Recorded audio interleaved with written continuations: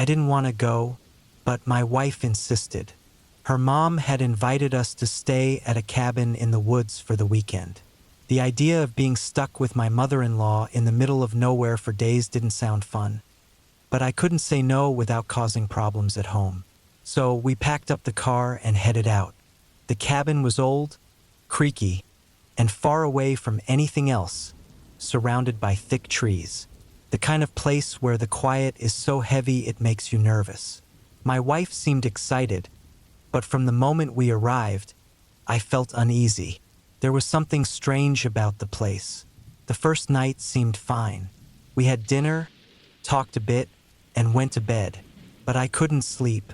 I kept hearing noises outside, branches snapping, leaves rustling, just enough to keep me on edge. I told myself it was probably just animals, but deep down, I knew something wasn't right. The next day, my wife and mother-in-law decided to go for a hike. I chose to stay back, needing some space. I watched them walk into the trees, the forest quickly hiding them from view. Hours went by, and I started feeling restless. I decided to take a short walk around the cabin to clear my head. As I walked, I noticed something odd, marks on the trees, like deep scratches. They didn't look like they were made by an animal. They looked intentional. My mind started racing, trying to figure out what they were. I quickly went back to the cabin, feeling more and more uneasy. The sun started to go down, and my wife and mother-in-law still weren't back. I stood on the porch, looking at the trees, that same strange feeling growing inside me. When they finally came out of the forest, I felt a bit of relief. But there was something different about my mother-in-law. She seemed off. Her face was pale, her movements stiff, and she didn't say a word. That night, the noises outside got louder. Something was moving through the trees, getting closer. My wife was fast asleep, but I lay awake, staring at the ceiling, listening. My mother-in-law's room was down the hall, and every once in a while, I thought I could hear her moving around. But the way she moved didn't sound right. I finally fell asleep, but not for long. I was jolted awake by a loud thud coming from her room. I froze, my heart racing. The thud was followed by a dragging sound, like something heavy being pulled across the floor. I tried to tell myself it was just my imagination, but I couldn't shake the feeling that something was really wrong. Morning came and the cabin was silent. My mother-in-law was gone. Her bed was untouched, but her things were still in the room. My wife was worried, but I had this cold feeling inside me. I knew she wasn't coming back. We searched the woods, calling her name, but we didn't find anything. Just those strange marks on the trees, more of them now, leading deeper into the forest. As night came, we had no choice but to go back to the cabin. The air was heavy with a strange quiet, like the forest was waiting for something. That night, the noises came back, louder than ever. Scratches on the walls, thuds on the roof. The old wood creaking like something heavy was moving around outside. My wife tried to stay calm, but I could see the fear in her eyes. I knew she felt it too. Whatever was out there, it wasn't an animal. The next morning, we packed up and left as fast as we could. We never talked about what happened at the cabin, not even to each other. But I can't stop thinking about those scratches on the trees and the way my mother-in-law's face changed in the woods. We never found out what happened to her. The forest took her, leaving us with nothing but questions. Sometimes, I think back to those marks on the trees, leading deeper into the woods, where something waits, watching, just out of sight. And I can't help but wonder, what if it's still out there, waiting for someone else to come too close?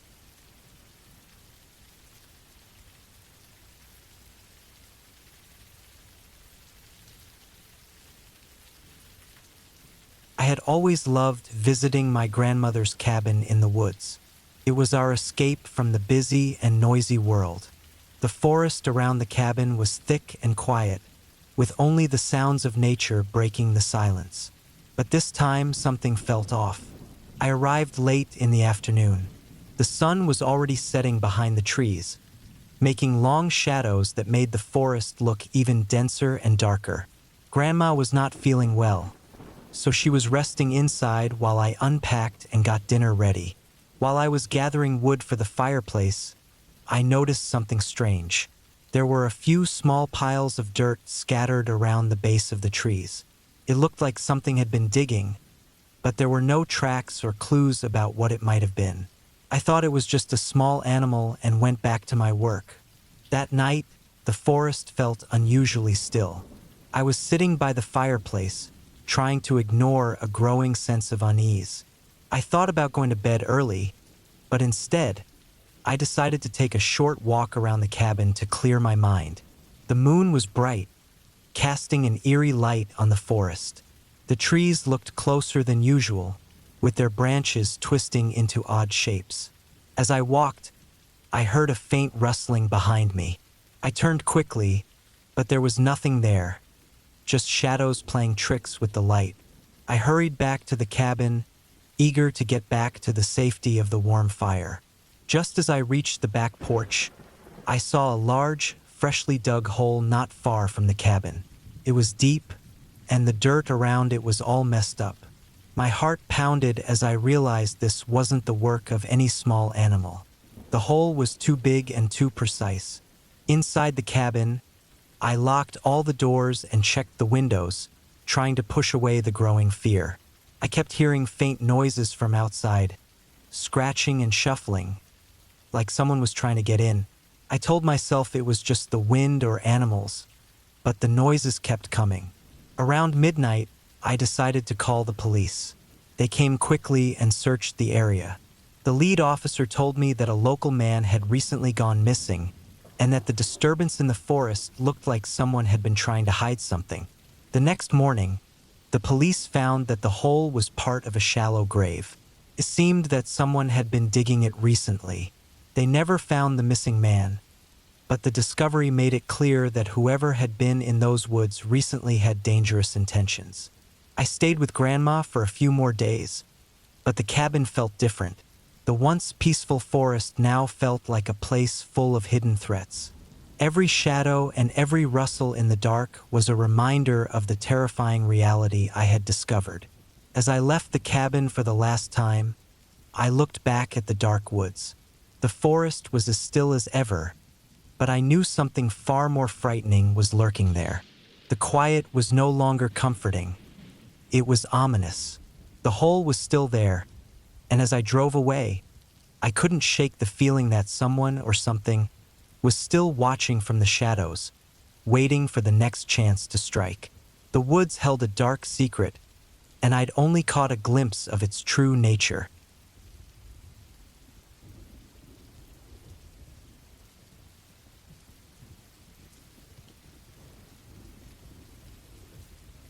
I wasn't sure why I agreed to go hiking with my neighbor, Tom, and his friend, Dave. They seemed nice enough, always waving when I saw them outside, but we had never really hung out before. One day, Tom mentioned a forest a little outside of town that he liked to visit. He said it was a hidden spot, not many people knew about it, and we'd have the place to ourselves. Spending a Saturday hiking didn't sound bad, so I agreed to go along. We met up early in the morning, packed our stuff, and drove out to the forest. The place was more out of the way than I expected. The trees were tall and thick, and the trails weren't easy to see. Tom and Dave seemed to know where they were going, so I didn't think much of it. We walked for what felt like hours. The sound of leaves crunching under our boots was the only thing breaking the silence. The air was cool, but as we went deeper into the forest, it started to feel colder. After a while, we reached a small open area in the woods. It was strangely quiet, like the whole forest had stopped making noise. Tom suggested we take a break, so I dropped my backpack and sat on a fallen tree. There was this weird feeling creeping up my back, but I tried to shake it off. Dave wandered off, saying he needed to check something out. Tom didn't seem to care, so I stayed where I was, trying to ignore the bad feeling in my gut. As time passed, I noticed Tom looking around more than before. He wasn't as relaxed anymore. He seemed on edge, and that started to make me nervous. I asked if everything was okay, but he just nodded and said we should wait for Dave to come back. Minutes turned into an hour, and there was still no sign of Dave. The silence felt heavier, like the forest was closing in around us. Eventually, Tom stood up and said we should go look for him. I didn't want to stay there any longer, so I agreed. We followed the path Dave had taken, but the deeper we went into the woods, the stranger it felt. The trees seemed closer together. The light barely got through. My heart was beating faster with each step. After some time, we found Dave, or what was left of him. He was slumped against a tree, his eyes wide open, staring blankly. There were no cuts or bruises, no signs of a fight, but he was clearly dead. My mind went blank, trying to understand what I was seeing. Tom just stood there, not saying a word, his face pale. Fear hit me hard, not just because Dave was dead, but because I realized Tom had led me here. I didn't really know these people. I didn't know what they were capable of. The friendly neighbor act felt like a lie now. I looked at Tom, and his face was emotionless, cold. I took a step back, then another, before I turned and ran. I didn't care where I was going. I just needed to get away from them, away from that forest. I could hear Tom's footsteps behind me, but I didn't dare look back. My lungs burned. My legs felt like they would give out, but fear pushed me to keep running. I don't know how long I ran before I finally stumbled out of the forest and onto the road.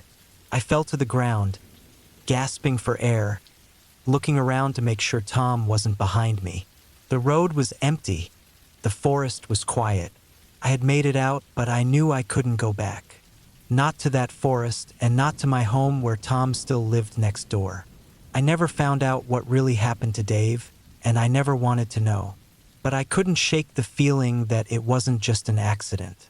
Whatever it was, Tom knew more than he was letting on. I moved out of the neighborhood a week later, leaving no forwarding address, no trace of where I'd gone. A month after I moved, I read about another missing person in the same forest. The article didn't give many details, just that someone had gone hiking and never came back. The name wasn't familiar, but the location was.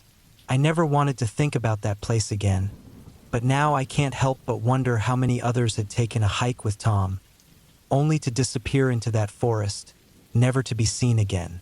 I knew one thing for sure. I got out just in time, and I wouldn't be the last.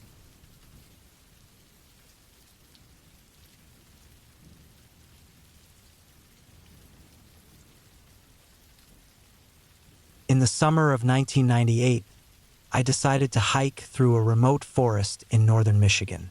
I wanted to get away from the chaos of everyday life and reconnect with nature. I packed just the basics: a map, a compass, and a few other essentials, and set out early in the morning, hoping to cover about 15 miles by sunset.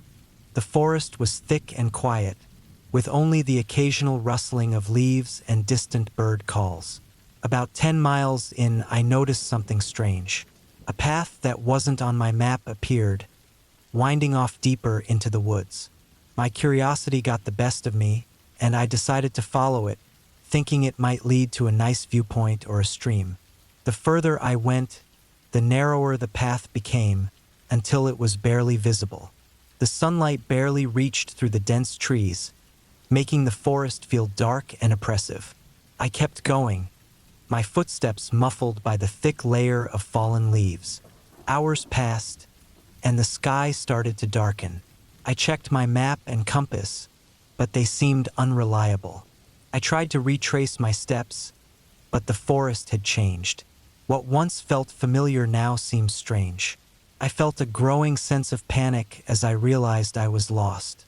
I tried to stay calm, but fear was setting in. As night fell, I heard something moving through the underbrush behind me. It wasn't the usual forest sounds. This was deliberate and rhythmic. Quickened my pace, hoping to find a way out. The sound followed me, never too close, but always just enough to keep me on edge. I stumbled into a small clearing and saw a cabin, an old rundown place. I was relieved to find some shelter, even if it looked abandoned. I approached carefully and found the door slightly open.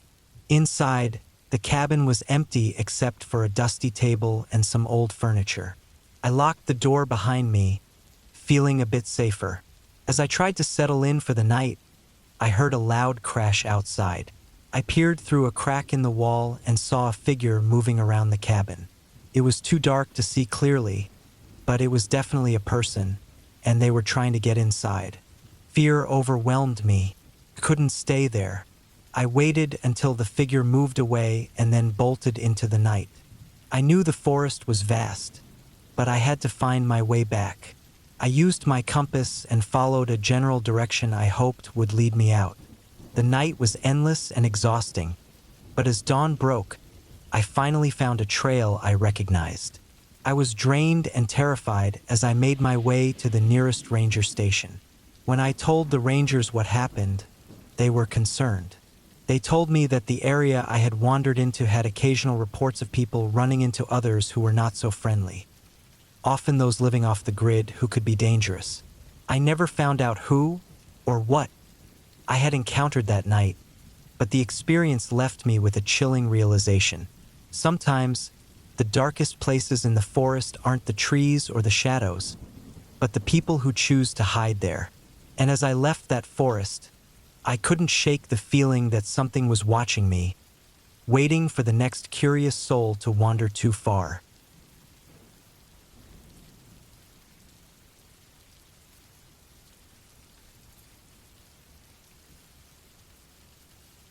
It was supposed to be a relaxing weekend, a chance for my second wife and me to fix things between us.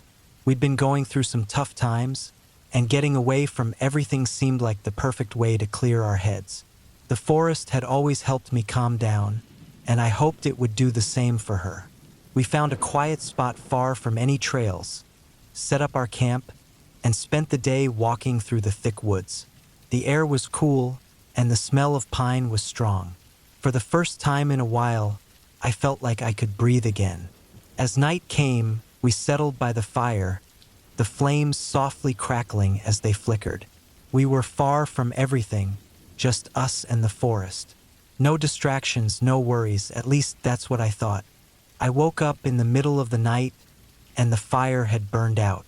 The tent felt stuffy, and the air outside was thick. I thought it was just the humidity, the kind that makes everything feel damp and close.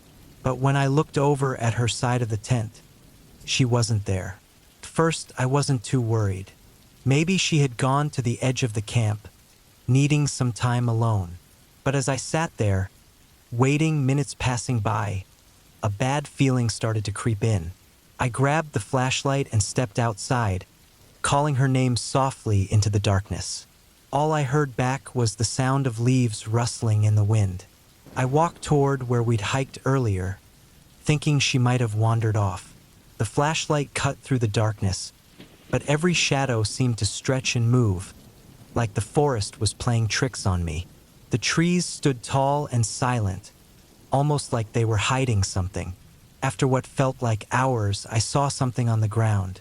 It was a piece of cloth caught on a low branch, her jacket. The fabric was torn, like it had snagged on something sharp. My heart sank.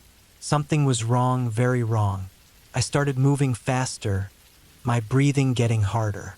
The trees seemed to close in around me, the path disappearing as I went deeper into the woods. Then I saw it. A small open space up ahead, dimly lit by the moon. When I stepped into the clearing, the first thing I saw was her. She was lying on the ground, her body twisted in a way that didn't look right. I froze, my mind refusing to accept what I was seeing. This wasn't an accident. The way she was lying, the marks on the ground. It was clear she had tried to run, tried to fight, but something had caught up with her. Panic hit me, making it hard to breathe. My mind raced, trying to make sense of it all.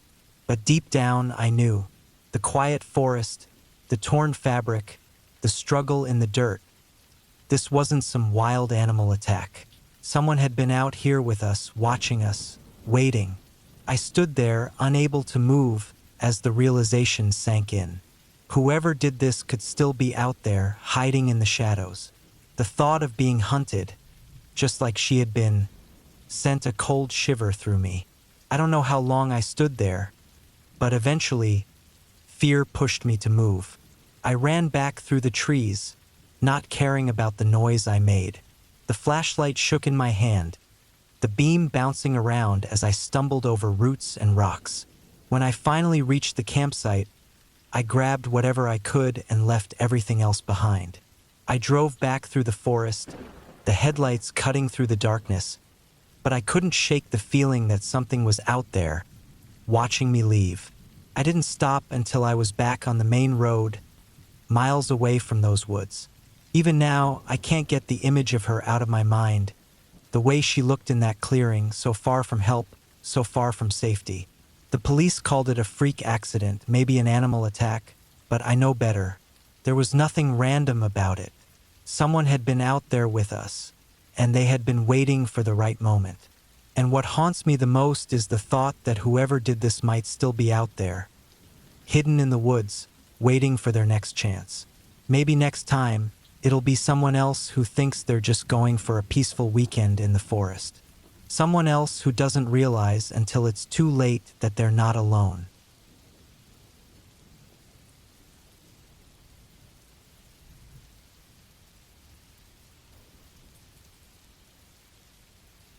My brother and I decided to hike deep into the forest one weekend. We were used to being outside, but this time we wanted to push ourselves by exploring a part of the woods we had never been to before. The trees were thick, blocking out most of the sunlight and making the place feel heavy.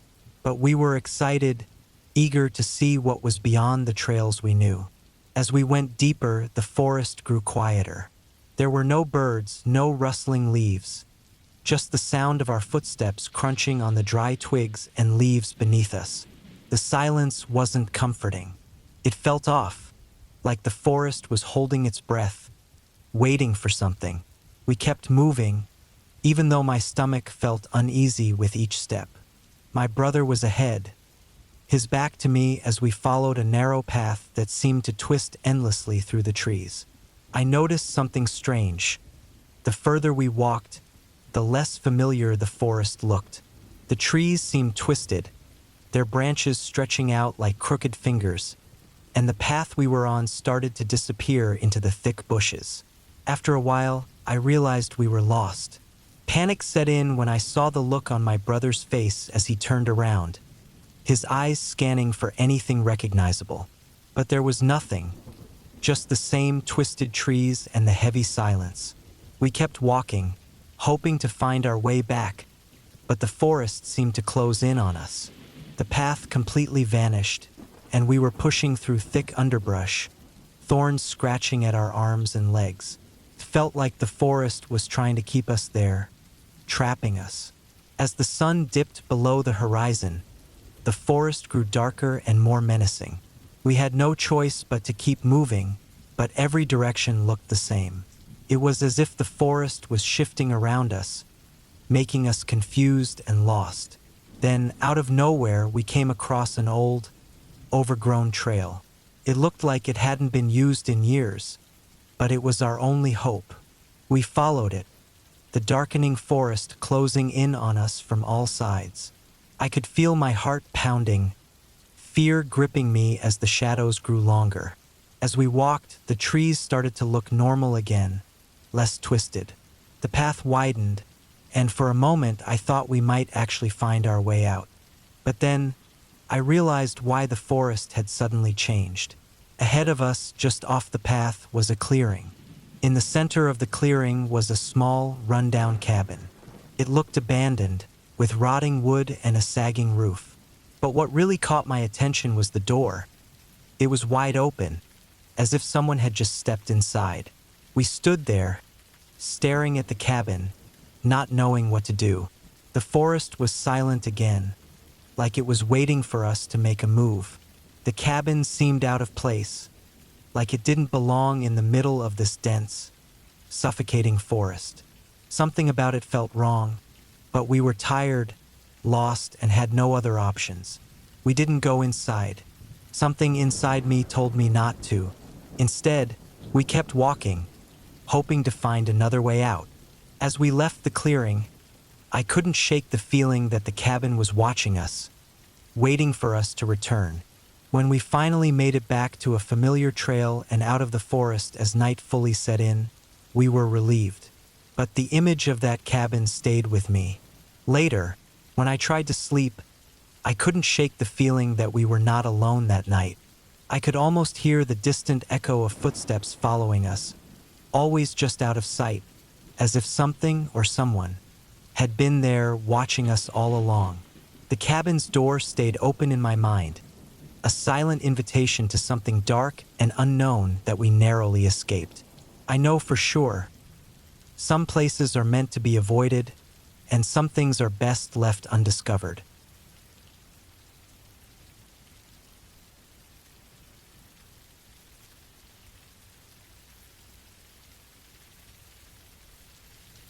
I decided to go on a solo hike deep into the forest, away from the busy trails. It was a warm summer afternoon, and the sunlight was shining through the trees, creating long shadows on the ground.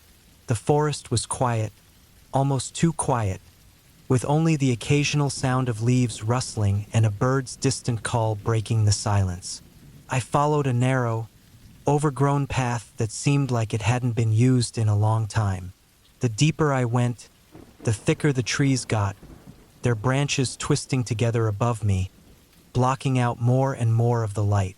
The air grew cooler, and I started to feel uneasy, but I pushed the feeling away, determined to enjoy the peace. After what felt like hours, I realized I hadn't seen a single sign of another person.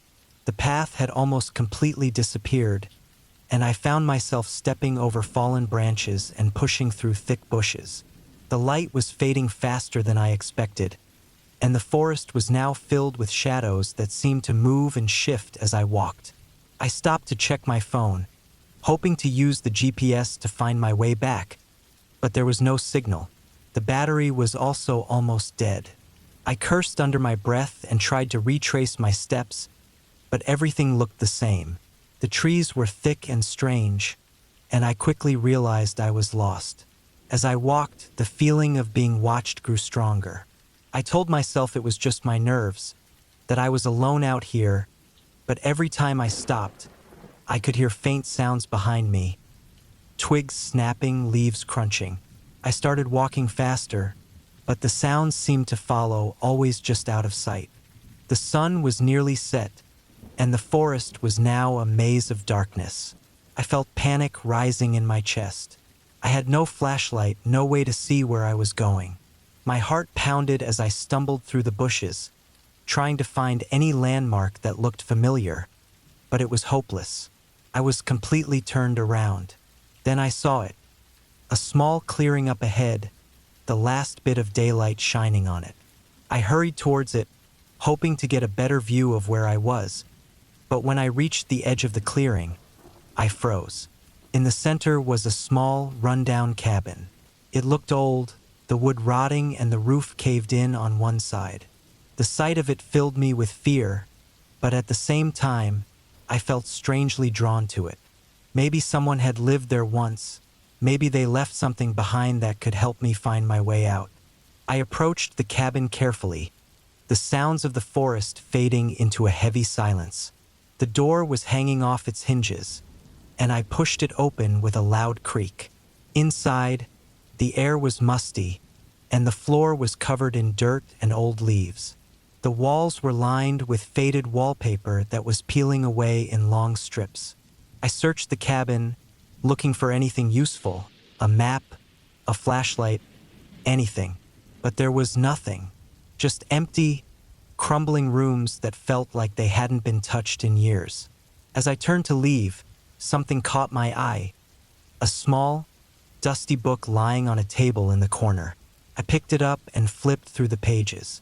The book was a journal, filled with entries written in shaky handwriting. The first few pages were simple, describing the daily life of someone living in the cabin. But as I read further, the entries became more frantic, more confused. The writer talked about something in the woods, something that watched them, followed them, drove them crazy. My hands shook as I read the last entry, the words barely readable. I can't get away. It's in the trees. It's in the shadows. I thought I was alone, but it's always been here, waiting.